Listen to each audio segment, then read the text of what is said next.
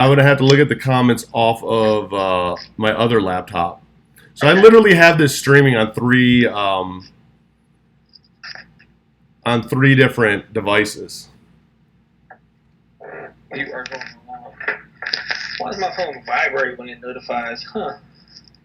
Try turning that off. Dude, I'm so not technologically where I need to be. Like, I got a lot to learn, bro. Dude, you and I both. So I'm pulling up the live stream right now. So it's literally, this conversation is just you and I, and if you want to see the comments or I want to see the comments, we have to look away from the screen and pull it up somewhere else. So this is like a you and I conversation that people are going to be stalking us on.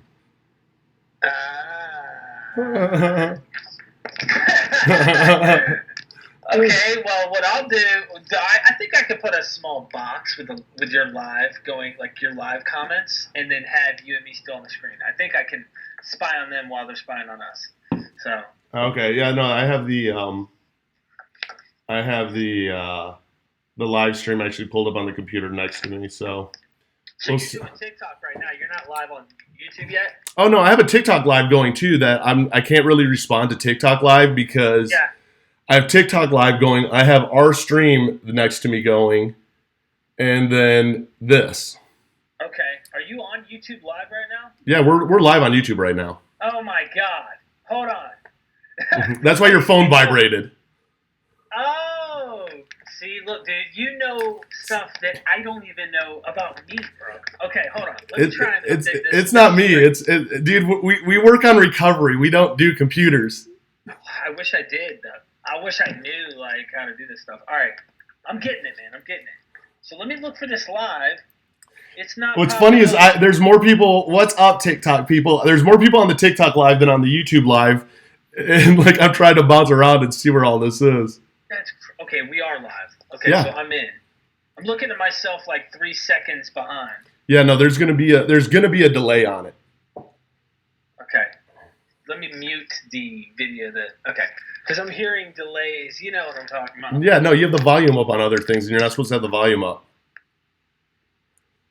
Oh, yeah, Eric's using all the Wi-Fi. Okay, I see it. Oh, I'm using all the Wi-Fi. Just like if anybody on TikTok wants to see this live stream, like right now on TikTok, all they see is me. If they want to see the live stream of you and me, they have to go to the YouTube channel, which is like in the links. Okay. Like my link on my profile page, you can click on there, subscribe to the YouTube or go to the YouTube. Then they can jump into our live here, and then I can look over to the left and, you know, see the live stream, you know, chat what's going on. Nice. There's a serious delay though. Just saying. So don't watch that one. That's why I'm staring at you, dude. It's messing me up. That's why I'm staring at you. It always messes me up. Whenever I did even a Google Hangouts, dude, there was that delay. What is up, guys? What's going on? Eric, what are you doing in a hotel when you should be home right now, bro? Dude, I work on the road, brother, just like you. We work, we hustle, we grind, and stay sober. You pop out the chat. Jenny's asking for you to pop out the chat on YouTube. So just saying. But you and me were talking yesterday, dude. What were you wanting to go over? We were going to talk about some of the shit that we see, you know, what we've noticed over time on YouTube and, like, how people – there's a reason we get the responses we do, and the reason why our channels are the way they are. Like, we're not as big as – you know, we haven't exploded. We were talking a little bit about that. Why is that? Why would you think we're not 100,000 subs? I think we're not 100,000 subs on YouTube or 200,000 subs on YouTube because our shit is real and makes people think. People are scared of that shit. They don't really like to. Well, think about it. If you're using Addict, do I really want to see somebody like I want to get sober from heroin? I'm on heroin or I'm on opiates, and I want to get sober from this. I hate my life right now. I get onto YouTube. I see your day 7 video where you're fucking detoxing, and I'm gonna go. Yeah, I'm gonna watch something else right now because it's real. It's in my face. Like that's my reality coming up if I want to get clean. Right. And I think it scares a lot of people away, like where they don't necessarily want to follow along with the content as much as, you know, let's face it. I mean, what channels out there you subscribe to that are kind of like brain zombie channels that, you don't really have to think, and you can watch it and you're like, oh, okay, yeah, that was kind of cool. Yeah, I get it, and I do that myself too. I totally relate. So technically, putting it in dumb terms for me, and to try and relate to people who are like me, you're saying like pretty much people like to watch stuff that isn't in their face and almost like makes them feel like they have to do something different. They like to be entertained rather than changing, and I got to do something different to better myself so that I'm not stuck in this whole drinking. They'd rather watch some crazy party, alcohol type, or something that's non-confrontational. Is that what you're saying? Yeah, I think they want to. I think a lot of people want to watch stuff that is kind of non-confrontational, kind of mind-numbing, kind of maybe a little bit informative. But I mean, you're talking about stuff that's like, life and death. Right. You're an addict. Instead of being in a hotel room like I'm in right now because of work, you're in a hotel room because you have nowhere else to go. Maybe you hustled for a couple dollars. You're not going to be homeless tonight. You're going to be able to stay in here. And the last thing that you really want to like be paying attention to is like, if you're not at that point where you want to clean up your life, how much are you going to really? I'm going to watch Eric. Yeah. Yeah. Am I going to sit and really like sit and be like diehard, all about, your channel, or, if I'm dealing with depression, do I really want to see somebody's thing of depression? And, I talk about taking meds and stuff, and I get people who tell me all the time, like, I don't want to take fucking meds. And I'm like, okay, well, if they work, why not? But sure. Right. Yeah. Right. I understand. I mean, do you get people like I get where they want kind of like a quick fix? Like a quick fix it. Like, my life is shitty. What's the quick fix? What's the answer, Derek? I wanted that. I'm being honest, man. I was in meetings, because I'm like, look, let's be real. There's many different avenues to get clean, right? And, my shit was heroin and alcohol mainly, even though I've dabbled, but my main two were those two. And, I mean, dude, I went in the meetings. I was literally, my head was in my lap. I was crying, and I was begging them in there. I was like, dude, where's the fucking button? Where's the fucking button that I can press to turn it off? And then I don't have to worry about it anymore. And they laugh, but I'm crying. And so they're laughing, and I'm thinking to myself, like, okay, why the hell are they laughing, these narcissistic assholes? And then they were like, listen, we all want that button. We all wanted that button. We wanted the easy, quick way out. And they said, this is a lifelong journey. They had to kind of like prep me for this thing and tell me, listen, you can get it, but it doesn't happen like that. And I get it all the time, and I'm like, oh, man, I wish there was a button. I really do. Like, that funny saying, like if they came out with a pill that was a cure for addiction, we'd take two. If you only had to take one, we'd still take two. Yeah, I'd be like, dude, if I take two, guess what's that? Dude, could you only imagine what's going to happen if I pop two of these? Yeah, let's do two. Yeah. I'm going to snort one of these. So if I snort it, it'll fix me quicker, right? Right, I'll be permanently healed from this. But no, yeah, our society's like totally going that direction. When I'm hungry, I can go get fast food. You don't have to cook it, cut it, clean it. You can go have someone already have it ready for you. So I think it kind of, everybody wants a quick fix. I do. I know that. So I get it all the time in my DMs. So no, and I get the same thing. I get it a lot though with like PTSD. Like people will be like, how do you stop night terrors or stuff? And I'm like, first off, I'm not like a doctor or counselor or any of that, man. I struggle with it. And secondly, like, why are you asking? Because there's like no quick fix. Like, do you have a doctor? Do you take meds? Do you see a psychiatrist? Do you see a psychologist? Like, there's a lot that goes into it. It's not like, oh, you have night terrors? Derek, here's what you do, bro. Before bed, you're going to take the mint. You're going to crush up 2 mint leaves. You're going to take 3 there's no quick remedy for it. It's like that. Just like with sobriety, there's a lot of similarities where it's like, dude, okay, well, you're going to put in a lot of work if you want to get rid of them. Right. Yeah, I mean, it's going to take some time no matter what. It's like anything, though. But, yeah, I get a lot of that, and I think people look like if you look at people like the analytics and look and see how many people search, for those like cures, right? Right. One of the big ones that I've noticed, and a lot of people are like, why aren't you making videos on this? And I might make a video at some point, but they see this Ibogaine, okay? Ibogaine. It's illegal in the United States. Okay. It's supposed to be, as these guys are saying, a cure to opioid addiction. Kind of like Kratom? No, it's like you just got to go through this one process. It's like a collagen, so to speak, and it's supposed to reconnect receptors, all this stuff, right? And they like really hype it up as a cure.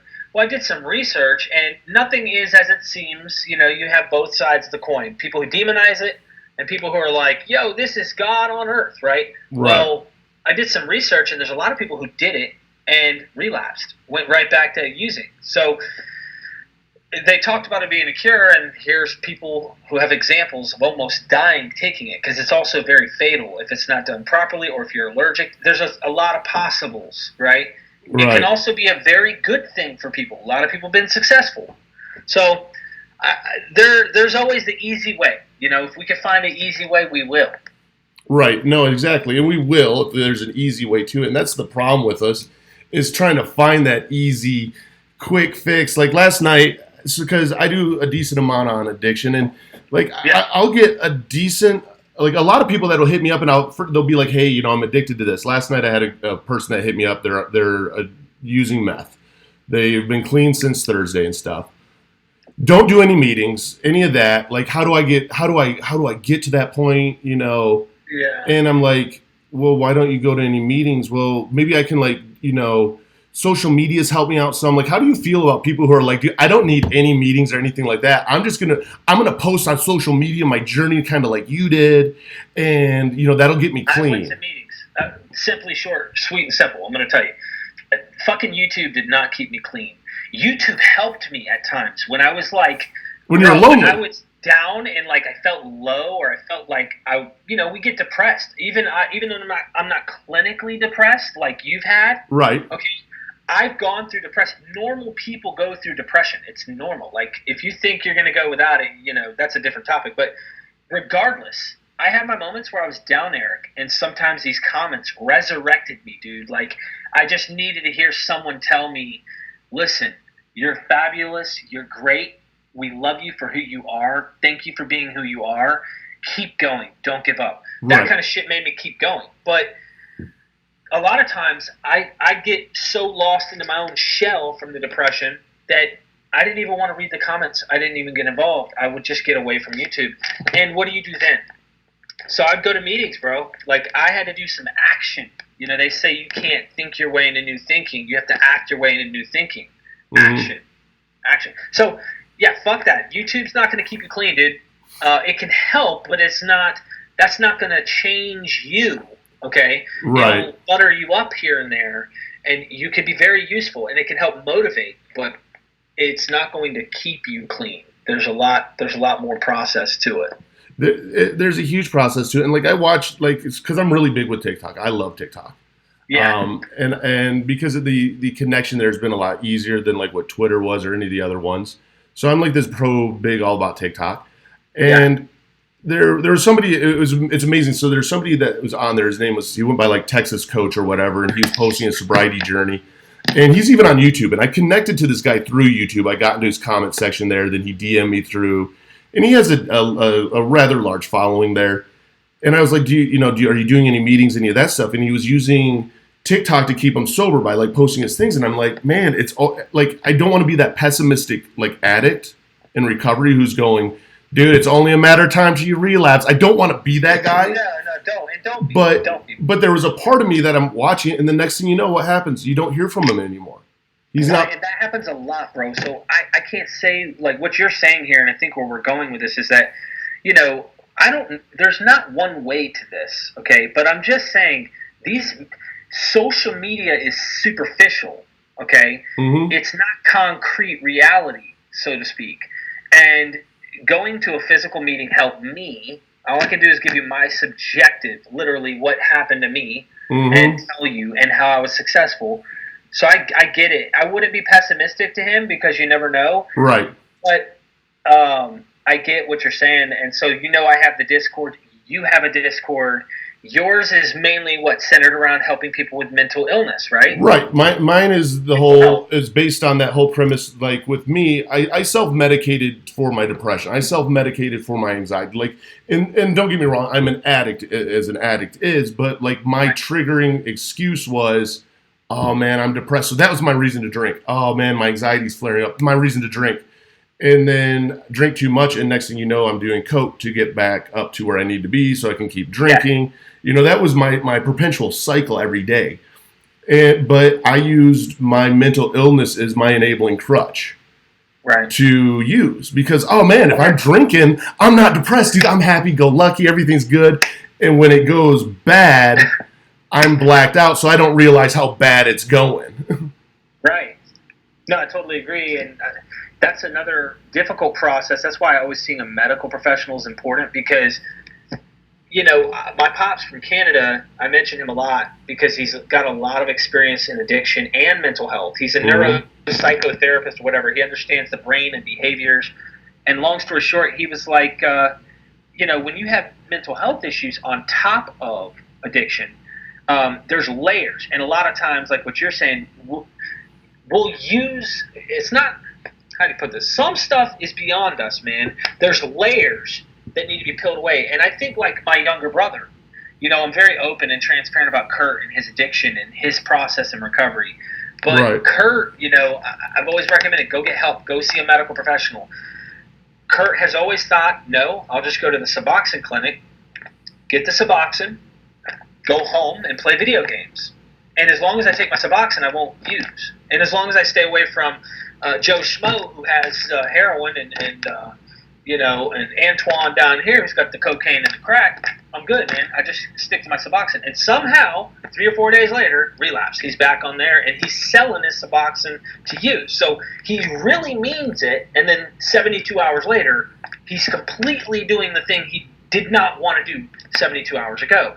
And that's why people think, oh, no, he's bullshitting. No, he meant it when he meant it. Right. Oh, well, just like an addict and stuff, we mean it when we want to get sober. Yes. It's how long does that last for before we hit that point where we're like, yeah, you know what, fuck that, dude. I can do one more time. Or let me just get that last one in, and then I'll do it. And then we start justifying it. Exactly. And I remember I did a video saying only addicts would understand. Mm-hmm. And it would be, the night you have, say you had a gram, okay, just an example, and you did half your gram that night, but you really could go a little more and get that peak boost. And you tell yourself, man, while you're high, because you're all happy, you want a better life, and this isn't good, but you're feeling good right now. You'll go, you know what? I'm going to quit tomorrow. So I'm just going to do it all tonight. And you're like, I'm going to do all my drugs tonight because tomorrow I'm going to quit. And then tomorrow morning you wake up and you're just like, I'm a dumbass. What was I thinking? And the vicious cycle just keeps going. You know what I'm saying? So how do you escape that dragon chasing its own tail and get out of that loop? You need help. You have that help, because the dragon itself's not going to get out of its own vicious cycle. Its brain's being rewired. There's a lot of chemicals. There's a lot of shit that's going on that you need help with, especially if you have mental health issues on top of that. You really should seek a professional. And that's a funny how you say it, like chasing your tail and chasing the dragon, because that's how it is. And it's like the same goes with mental health, I noticed, and the same goes with sobriety. Like, we spend all this time wallowing in our depression, or letting our depression own us, or letting our anxiety own us. And we want to get out of it. Same with addiction. Here I'm drinking. I don't want to drink anymore, but I do want to drink still, and all this. But then when it comes to going to a meeting or going, fuck, I need to go to a doctor. Dude, that's the biggest obstacle in the world. Like, I can't do that. But then it's like, seriously? Like, I'm doing everything I can to find as much money as I can to get fucked up. Or to, I'm putting all this energy into hiding myself away and isolating myself and just being stuck in my head. That, dude, it's not that, like, I get that hump to go over, but it's like, God, I just want to take people and just pull them over that mountain and be like, see, it wasn't that bad. I want to do that for Kurt. That's close to my heart. Oh, yeah, dude. I mean, I watch your brother when he gets on your live stream and stuff. I mean, even that one time, I went before I came to your house, and he had jumped on there. And you could tell that he's hurting, and I'm like, dude, and I know how I am with my brother, and it's like, all you want to do is help, especially when it's a family member, and then it's like, fuck, but it's on addiction, so fuck, what do you do? It's so hard, man. It's hard. I wish I could save them, and I see people suffering. They write me every day. People that I've never met, new every day, they write me, and I steer them into the Discord because I'm one man, dude, and it's just overwhelming to try and help this many people as one person. And so having a place, a community where everyone together can help. And, they say, and I'm not talking about God and getting into spirituality. I'm simply saying even people who don't believe in God, you can come in here and they call God group of drunks, in AA. And I love that kind of little cliche shit because it's like whatever you want to think it, make that your thing and run through these 12 steps. Let's go through this shit. And anyways, it's like having that support. And then when I'm going fucking crazy, I can go in there and everybody's still got my back. They'll love you till you love yourself. And that's so important for me, bro, because I remember, I'll tell you like this, I'm not religious like I used to be. And I had a very close friend of mine, but it was my wife's best friend. She overdosed on heroin. They found her in a car in a parking lot in a fetal position, dead, like in the car. They found her, OD'd. And the father asked me to do the eulogy. And I'm like, okay, I was nervous. I had no preparation. I was gone out of town the whole week. And I remember, like, I don't think the way I used to as a religious person. So now I get there, and they hand me all these papers, and they're like, you're running the whole funeral. And they're like, Pastor Lambert. They were calling me Pastor Lambert. Bro, I was so scared. Like, I'm like, and he's like, your flock is in there waiting for you, Pastor Lambert. And I'm like, oh my God, I'm so scared. Like, no, I didn't ask for this. So right. I winged it, bro. Like, I winged it because I really understand. And all I could think about was that she was in a better place. She's not suffering. That's all I could think about. Right. So I went in there, and her mother, she was drunk because you lose a daughter. What do? You're broken. And the poor lady kept looking at me. I could not look at her. After the first couple times my eyes passed her eyes, she was looking at me like, raise my daughter from the dead. Like, you have the power. Why aren't you bringing her back to life? Bro, there's nothing worse than that feeling. I could not look at her again. And I wanted to be able to, but I was like, I couldn't look at her in the audience. I had to try and, like, maintain. I was already nervous enough about the content. Long story short, I get that all the time. Like, Derek, you have the power to raise me. I don't. You, within yourself, have to be able to pull out enough and to grab a hold of life. And so we have options that can work for you, just like it's happened for me and going into recovery.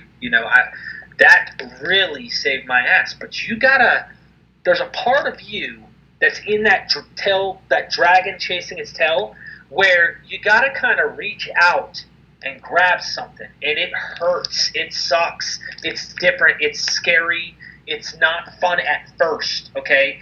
But damn it, you get out of that loop, and the grass is greener, the sun is brighter, the taste is better, the hearing, the noise, everything improves.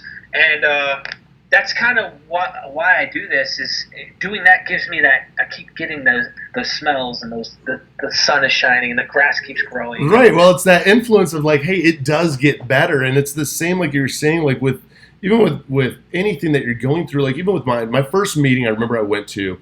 Like I went to AA. AA fucking let me down. I was like anti-AA because this was supposed to fix everything, because you're reading the stories in the back of the big book, and this isn't doing shit for me. Like this guy's life, it's like I'm the manipulator reading this and going, oh, so my wife or the people in my life need to like be all forgiving, and it's all gonna fix itself, and it didn't. So I'm like, fuck this doesn't work, and then. Finally, my life is at a bottom, and I finally go back to an AA meeting, and it was about 5 days after I started getting sober. And of course, like everybody else, like I knew the basics from when I was in it before, so I decide on the 25th of July, 2017, I'm like, okay, I'm fucking done with this. I start telling everybody I'm an addict. And they're like, you got to get back into AA, you got to get back into AA, you got to get into AA. So finally, I went down to AA, sat in the meeting in the back of the fucking room, freaking the fuck out because I know at some point they're going to say, who's a newcomer here? And I'm just like, no, I'm invisible. Do not talk to me. And it was so painful. Now when I'm in there, I'm like looking for the newcomer like, dude, that's so awesome. And I'm like, fuck, you don't realize that though until you look back at what you've been through and you're like, man, if I only knew that then, like that newcomer, I would have been standing up going, hey, everybody, I'm a newcomer. And I would have gotten so much more help even to begin with.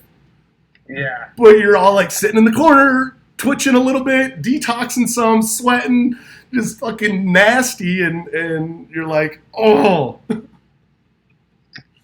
Yeah, I definitely relate to that. I was 5 days off heroin and was in there doing that. I was sweating, and this guy was like, he put his hands up, and he goes, just so you know, Mr. Lambert, I know how you feel.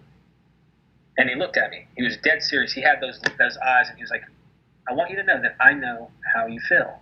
And when he was looking at me like that, I felt like I wasn't alone for a moment. I was like, it was weird, bro. I connected.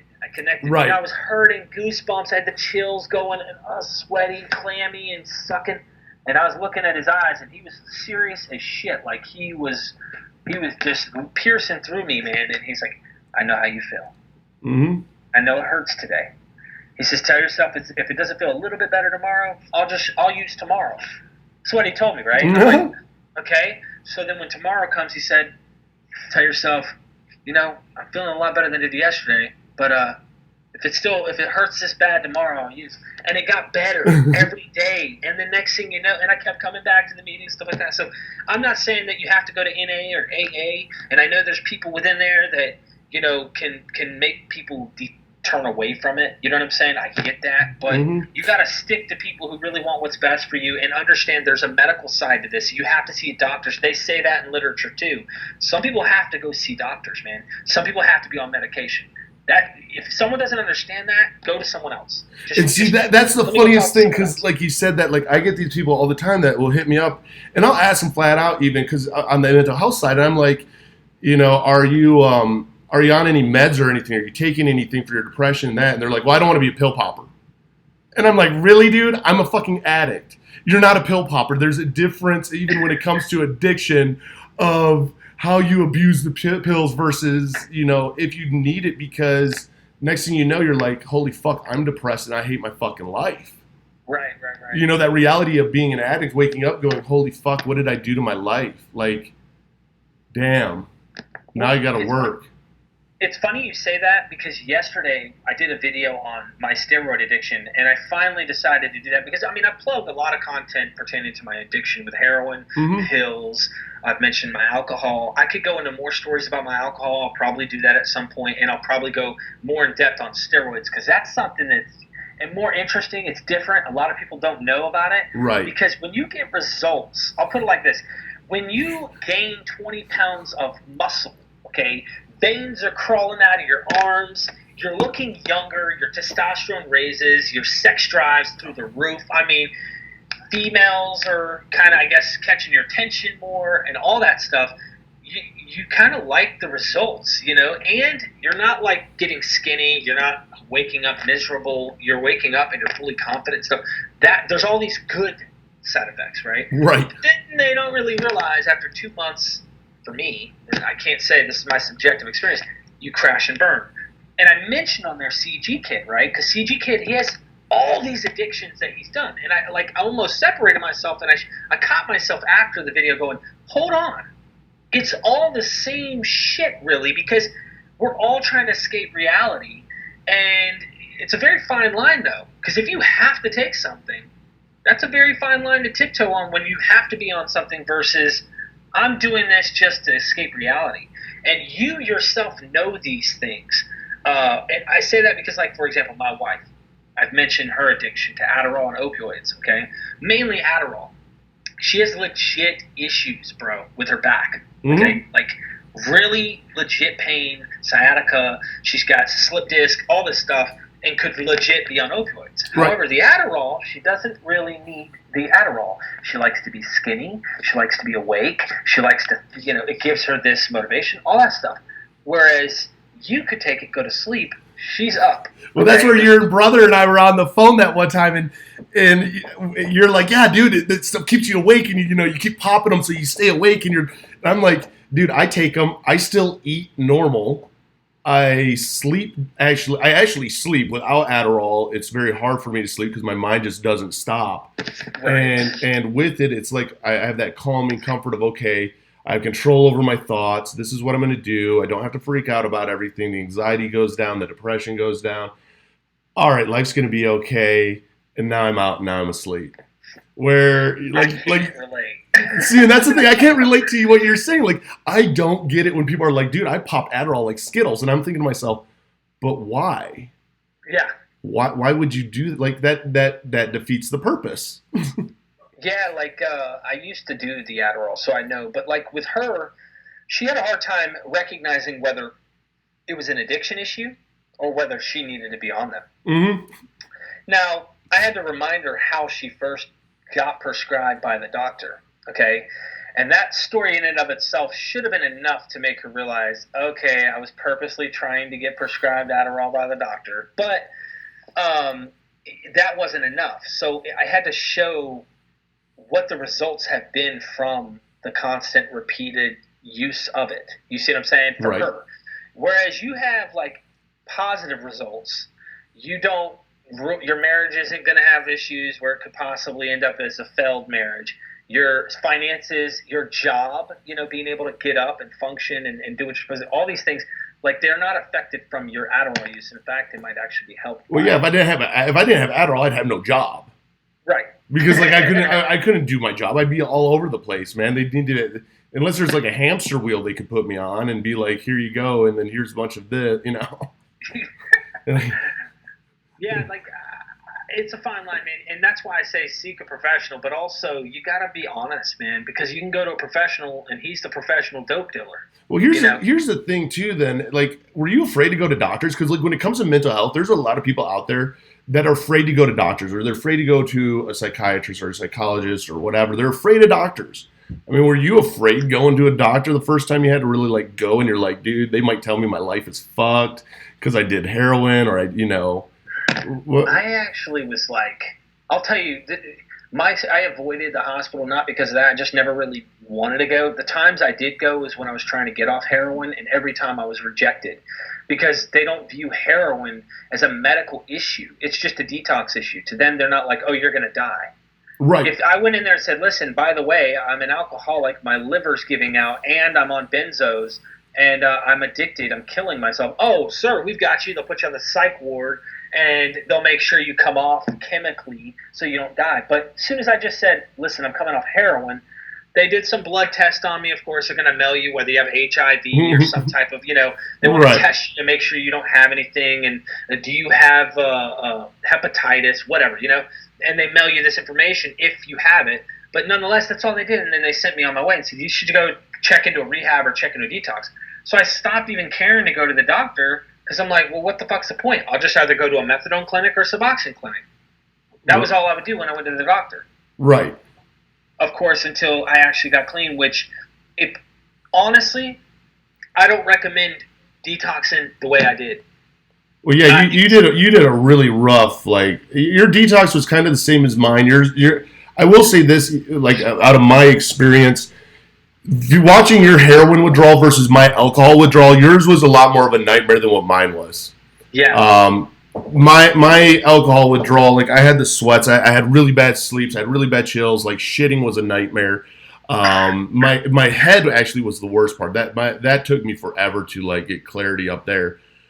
But I'm watching yours and I'm like, dude, your detox looks like death. Like I know you're not gonna die. I know it's not as deadly as alcohol withdrawal, but like pain, I'm like, dude, that fucking sucks. I didn't get the runs. I did not have diarrhea. Everyone's like, you didn't get the shits? You weren't puking? No, hey, CG Kid decided to pop in our live. Bro. Huh? I said CG Kid has popped in our live. Oh, shit. What's going on? Yeah. I was just talking about him. I know. His ears were burning. He knew. He had a sixth sense. I know. By the way, if you're still in here, bro, we're going to do that steroid addiction video. I dropped a little nugget, like, preparing for it so that my channel knows. But, yeah, man, I don't recommend people sit on a couch and detox at their house. Too many times I did it at the house and was not successful anyways because I found a way to get something. I stole something. There was always some way to get high for me. I do recommend going to a facility.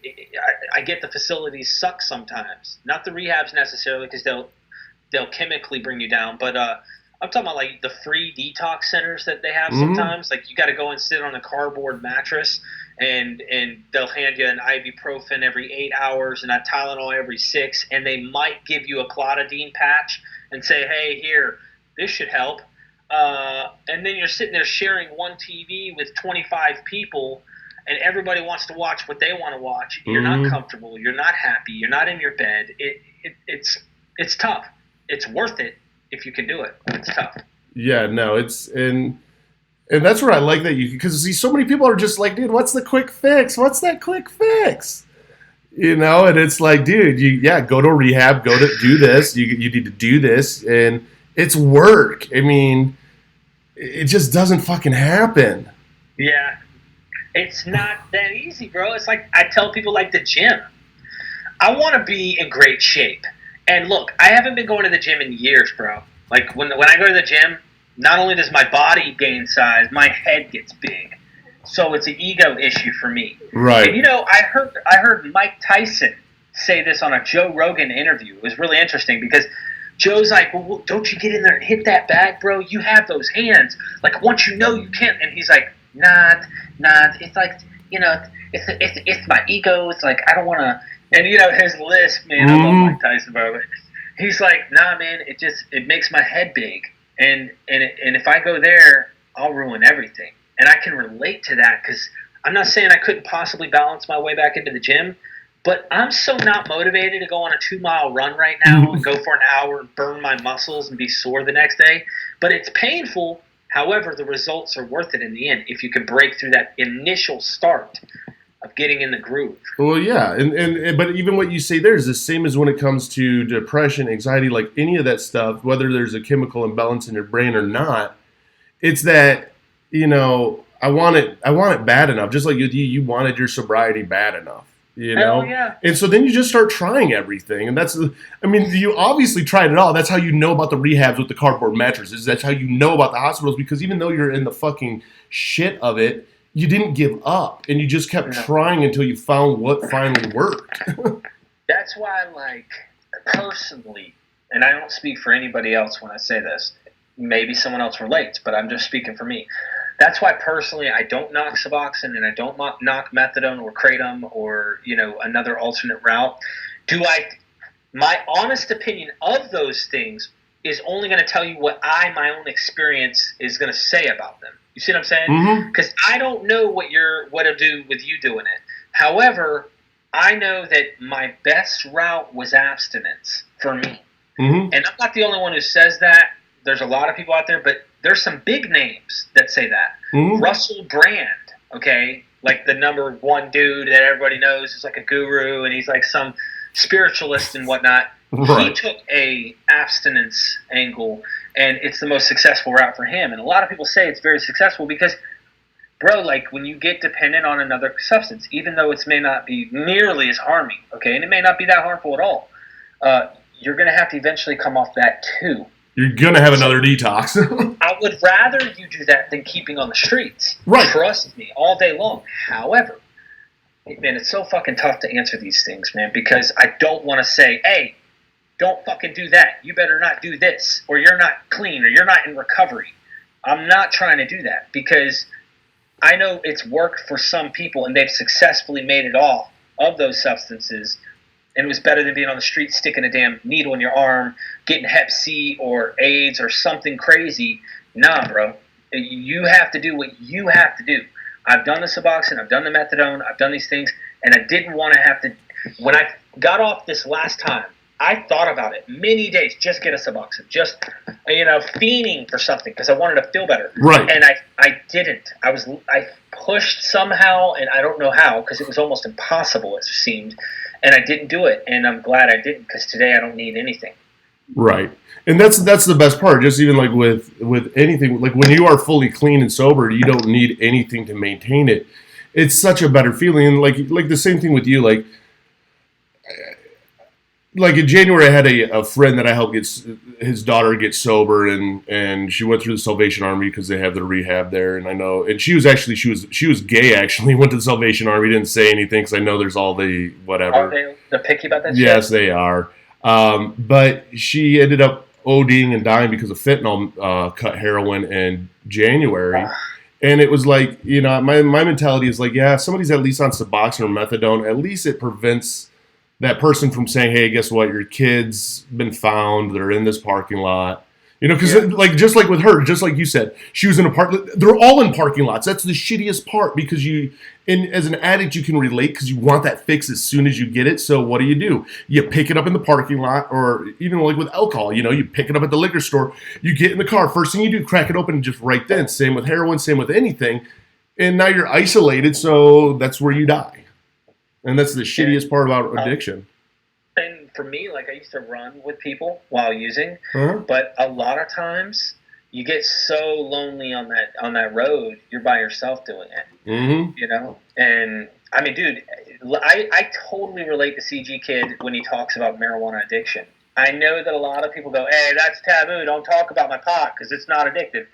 I have a different subjective experience, very similar to CG's when it comes to weed. I loved it. Right. It was everything to me when I smoked. Everything.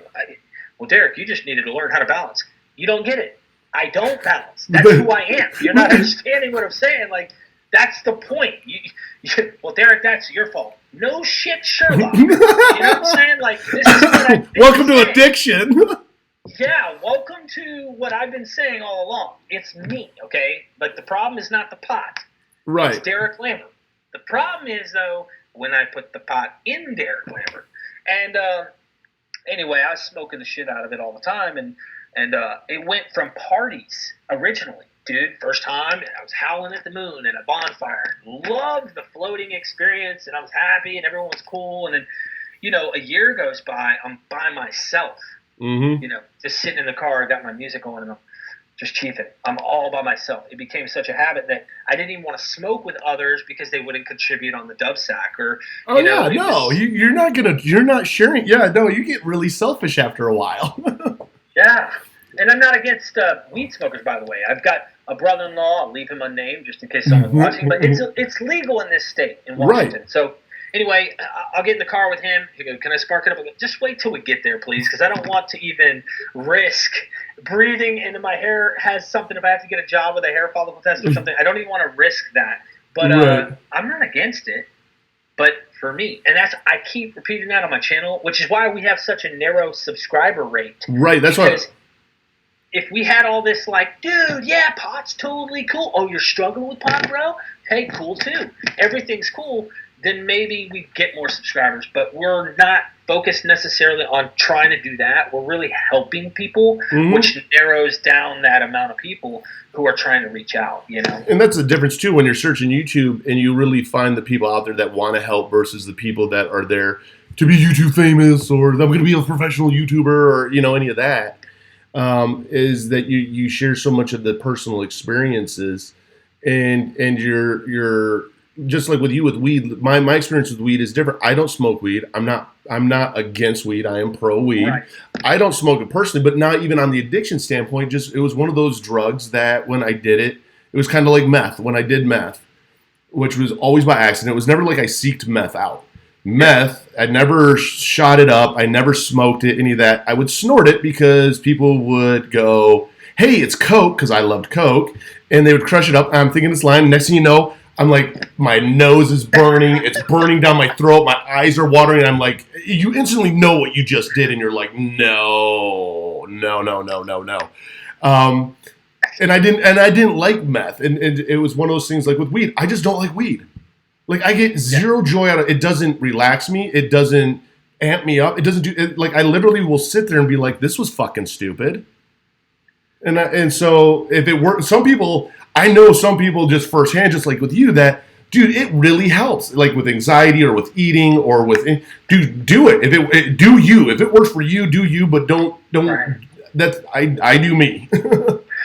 I'll tell you like this, though, like, and I think society in general started to make certain drugs illegal over time. I think, yes, there's some control issues. Like pot, come on, man. They used to demonize it, you know, like, if you smoke pot, you're going to rape your neighbor. Right. You know, like, where the hell, you know, the propaganda against shit like that. But like stuff like heroin, you're mainlining heroin. Name a success story. Okay, one. I would be so happy if someone came on and said, "Hi, Dr. Lewis J. Clark. After doing 20 years of heroin, it was such a successful." No, it's not like what you hear with acid, for example. You hear the creativity that was, brought. And this is, I know, like I'm tiptoeing on some lines with people, but whoop-de-doo. My point is simply nobody is benefiting from shooting up heroin or meth or coke. It's just not. It's killing you. Like, there's certain drugs I could say, aren't killing you as quickly and might not be the best for you, but they benefit you somehow. Like, I know people who smoke pot that it benefits. I know people who smoke pot who are dumber than a box of rocks because that's all they do, and they're like, "Hey, bro, like, dude, like, yo, did you call?" Right. They're just so out of it. They're airheaded, And, yeah, like they're beyond stoned at that point. But it's and you are right. I mean, I don't think it's one of those things to be demonized in the sense like, but yet, and and the worst is like then I go out of the scope on just everything of how even society is. Just like when it comes to vaping, I see more awareness to people to quit vaping than I do awareness of, hey, if you're on heroin, here's your resources. Hey, if you're on meth, here's your resources. Hey, if you're on fucking meth and you are smoking this right now and it is yellow because it's the bad shit that somebody cooked in a fucking Walmart bathroom, I'm not going to help you with that. But if you're vaping a Juul right now, oh my God, you don't understand what's happening. That Juul... No. It's like, really, where's our common sense as a society to actually help people struggling? Cocaine meth in the Walmart bathroom. I'm still stuck on that. Oh, man. Well, that's the worst part because you know that people. I mean, you and I have been there probably where you know the people who are cooking the shit in a Walmart bathroom. That's crazy, though. I mean, I get it. And then you got another problem. The war on drugs. God, that's a whole different talk. But anyways, yeah, I what we're trying to do is help you. And you know what's amazing is you and me, we met a year ago, just about. I'd say about a year. It was right around. I talked to CG Kid in January. Okay. And then he hooked me up with you, and that's how you and I started talking. Mm-hmm. And then, months. Yeah, about 8 months, and then you came out. We hung out. I've stayed at your house up there. We hung out. Yeah, we ate roaches. Well, I messed up the first time I was supposed to stay at your house. Yes, you did. But yeah, I know. That was funny. You would have thought, yeah, my wife's allergic to cats. Okay. Mm-hmm. I get it. Go ahead and beat me up. I'll never let that one down. No, you won't. But yeah, you hit a different area, and if you would have gone the total drama route, you'd be so much more successful, Eric. Why don't you just say, you know what, I'm going to stop being so serious about helping people. I'm just going to not help people, talk shit about people, and get a lot of subscribers. Well, that's my favorite is when I look at, like, so, I look at some of these channels, like, and this is one of the reasons, like, your channel and mine is the way that it is, but we're also the way that we are. Like, this conversation here, this might get, when it's all said and done, after a month, maybe 200, 300 views on my channel, because mine is all over the board when it comes to mental health and suicide awareness and all that. If it was on your channel, it maybe hit, 2,000, 3,000, because your subscriber base is all addiction. Yeah.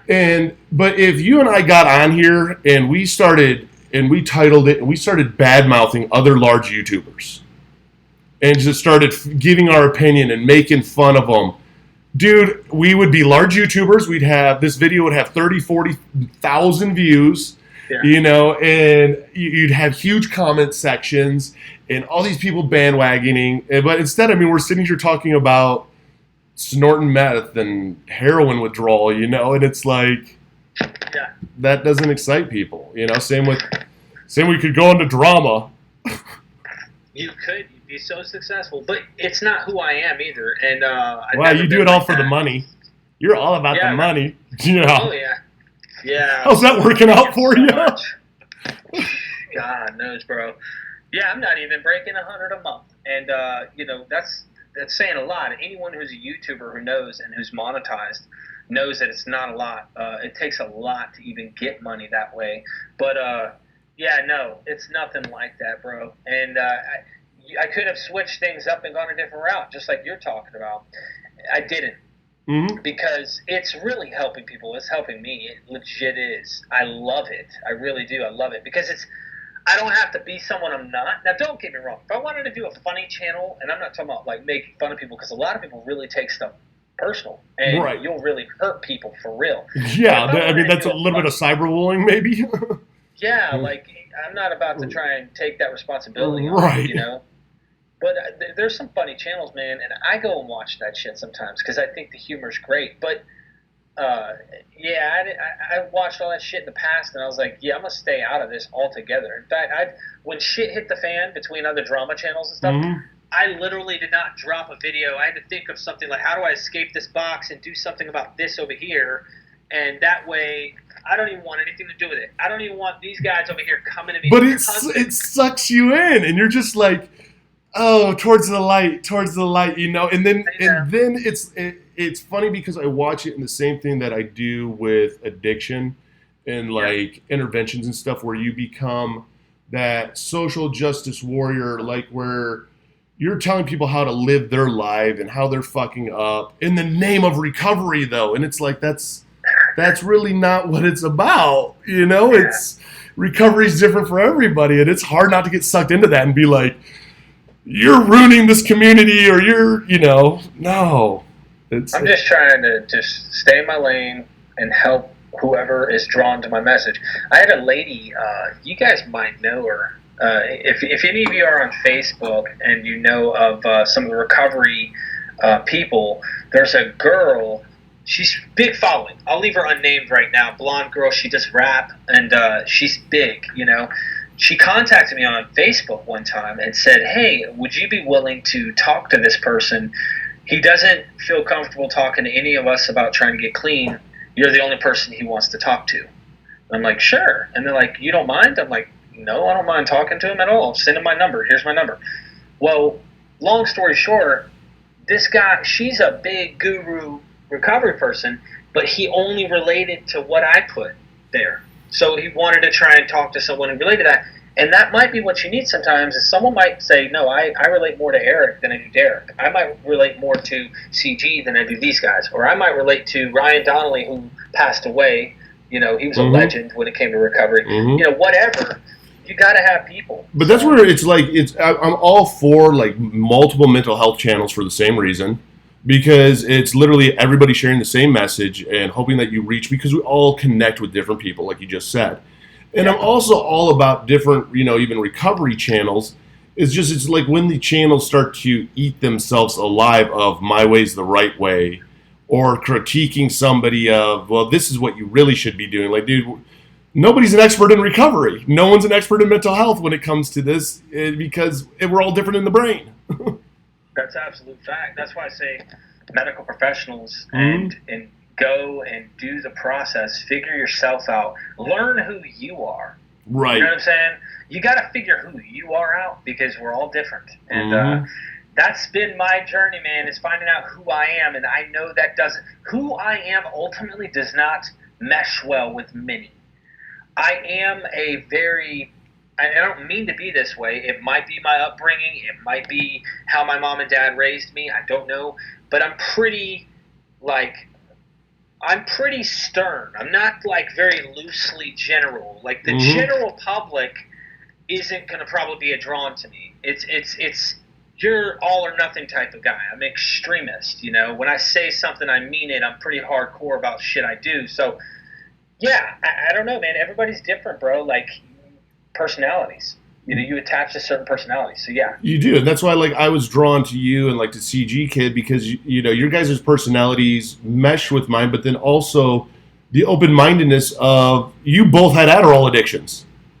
And here I'm blatantly like, dude, Adderall's a lifesaver to me. Like, it's trial and error. Like, I am pro Adderall, but I always tell people, you know, use what works for you. That's why there's different Adderall ADHD medicines out there.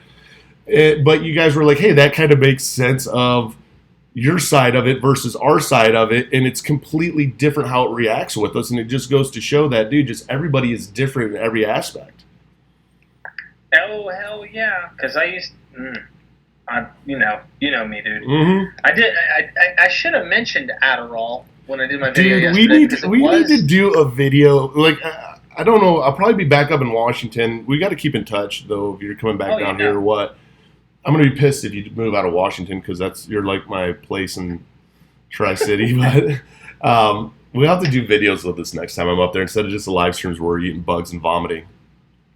Oh my god! Please don't bring bugs this time, dude. That was the worst idea ever. Dude, that was the wings. Fuck those bugs. Like, do something. Let's figure something else out. Well, see, I thought I had it with the gummy bears, so I did the sugar-free gummy bears. I thought it was going to be like this great thing, and I'm watching. I watch LA Beast. I do subscribe to him because I enjoy, it makes me laugh some of the stuff he does, and he did the gummy bears, so I'm like, I'm gonna try these. And then it was one of those really weird things that got done, and I'm like, man, it didn't mess my stomach up like I was hoping it would, but I'm at the same time glad it didn't. But I'm still mad it didn't mess my stomach up. So we got to find something. Bring a hot pepper. All right, I can do that. I don't want to panic and be like, I got to go to the hospital and shit. Well, see that, dude, that's the problem with like the peppers and stuff because like I have a ghost pepper plant, and it's like shit. I ate one of them and it wasn't hot. Like I'm freaking out that it's not a ghost pepper, but then, or not a ghost pepper, but Carolina Reapers. But then I'm like, do I try it again and like screw myself up and I'm in the hospital now? Like I don't want to be hanging out with you and we're in the hospital. Like that's not going to be fun. No, yeah, that's a good point. That's good. We'll figure something out. Maybe I can tase you or something. No. Dude, we can do like a reenactment. We can do a reenactment for your channel. The first time I got arrested by the cops, and I can run you down with a taser. Listen, that would be funny after the fact. Dude, bro, just sticking my tongue on a 9-volt battery is too much. Hell no, you're not tasing me. Dude, you know you've been tased before in your life. I have never been tased. Serious? I felt a shock through my whole body when I had a cop's knee on my fucking head because I was drunk out of my mind at the police station, and this guy was talking crap, and I freaked out. I was like, "Shut the fuck up!" And these cops like all rushed me. And pretty much, he had his knee right on my spine behind my neck, and it like had a shock running through my whole body. But do you know what the best part is? Then is since I now know that, I know I can get your wife on board. Look, we gotta figure something out. We gotta think. You gotta figure something else out, otherwise you're getting tased. Dude, if you tase me, I'm tasing you. Dude, we'll both be laying in your front yard tasing each other. You know how funny that would be? Be peeing our pants as we're tasing each other back and forth. Like, yeah, I'll go back to eating the bugs. You know the worst part is though? Yeah, exactly. What drugs are they on? You know what the worst part is, though? It would be our most popular video. Like, on either of our channels. Like, it would blow up because people would be like, that's really funny.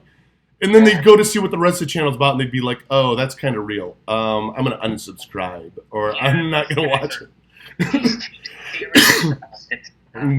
That's awesome. He actually wants to help people. Fuck that channel. Exactly. That's crazy. Oh, that's funny, dude. All right, we got to think of some shit. That's I don't want no like prongs sticking into me shit. No, like. Well, the tasers, you don't have to get one of those with prongs. You just get one of those that Yeah. Oh my god, bro, my heart better not stop. Like that's all I can say. Well, we'll have your wife with like a fire extinguisher and the cell phone for 911. Dude, that's crazy. I can bring my dinosaur outfits and we can chase each other around with tasers and dinosaur outfits. Oh my hell! What the hell are you smoking? I'm not. This is what happens when your life was, dude. You've had to work out of hotels before. This is what your life is like in a hotel. It just starts. You come up with some of the most off the wall shit to do. Oh my gosh, dude. That is so funny. Yeah, I don't know, man. We got to figure something out. I'm a little scared of that, bro. All right, well, we'll see. I'm scared to get tased. It'll motivate you to find something else. I'll probably piss myself. Like, seriously. Like, oh, yeah. Dude, we probably both would be, and then it would be horrible. Your wife would be out there hosing us down. Your kids would be laughing at us. Oh, gosh. I might just tell my wife to wear a white tee with no bra on, and then like have her walk outside and just spray her with a water hose. You know what I'm saying? You can do that, and then she can tase you. By the way, your wife is funny. Oh my gosh, dude! The very intro to the video is hilarious. The most recent one, being married to an addict. Oh, am I? Yeah, and she's like, "Oh, you are? This is new." You're exactly. Her humor is great, dude. You've got a great wife. She has a dark humor when it comes to that. She's funny. You have to. You have to laugh about it eventually. Oh my gosh! Remember when I was telling her that me and my wife got married because it was an arranged meeting? It was like her parents were religious, and so they arranged us to be married. And oh yeah. She looked at me like, "Oh really? Like this is weird." That's okay. That's why you're his friends and not mine. Right, Erica. We're gonna talk about where you find these people. There's nothing better than, hey, honey, these people are coming over that I met online. Right. They're going to spend the night. Oh, wait, never mind. They can't. They're allergic to cats. Oh, my God. You had to say it. Why'd you do that? Again? Oh, yeah. Oh, yeah. You're just not going to let me. You're just not going to let me have it. No, never. Never. So, you're in a hotel. You should have gone home. What the hell, dude? I can't because I can't get my money back for tomorrow's room or tonight's room. So, and I get reimbursed for all this stuff. Oh, that's true. That's true. So if I left today, like I'm out like $150.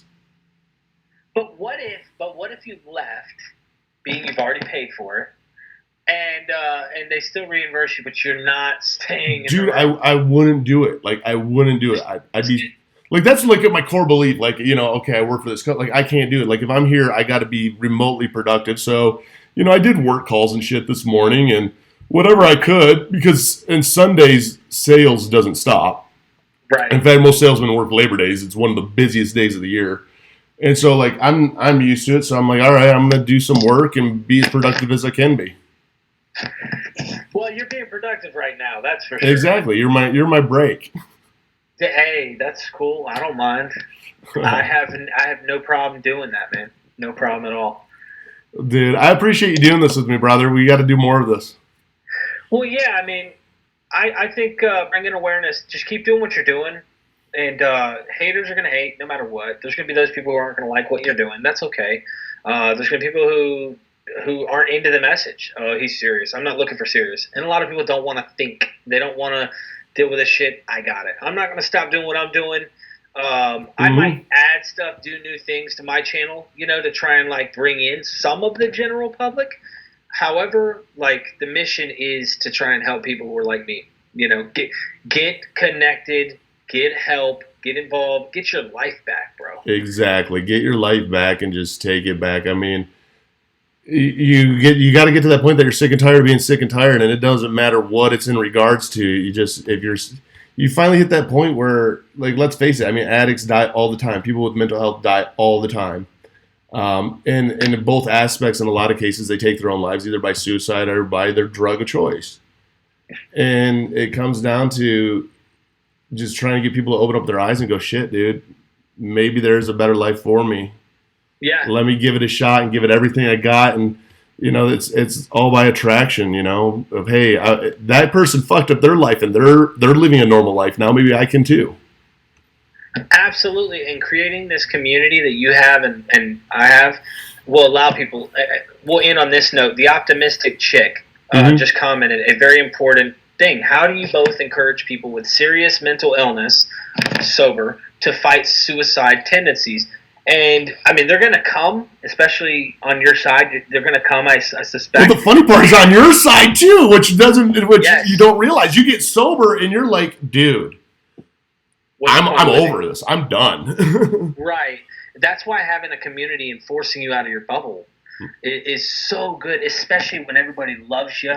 They want you, you feel a community of love. Mm-hmm. And I think a lot of the people who've committed suicide, like these famous actors and stuff, they got secluded, bro. They lone wolfed it, usually. In my opinion, they somehow internalized a lot of this shit and did not get the proper help, in my opinion, the connections with people that they needed. You know, it's all about that human connection. It's all about that sharing, and like I even have a video I'm going to do down the road here a little bit that I've been doing notes for, of like even in relationships of how much we think the other person can mind read us, and we don't realize that we're not sharing the shit that we're going through.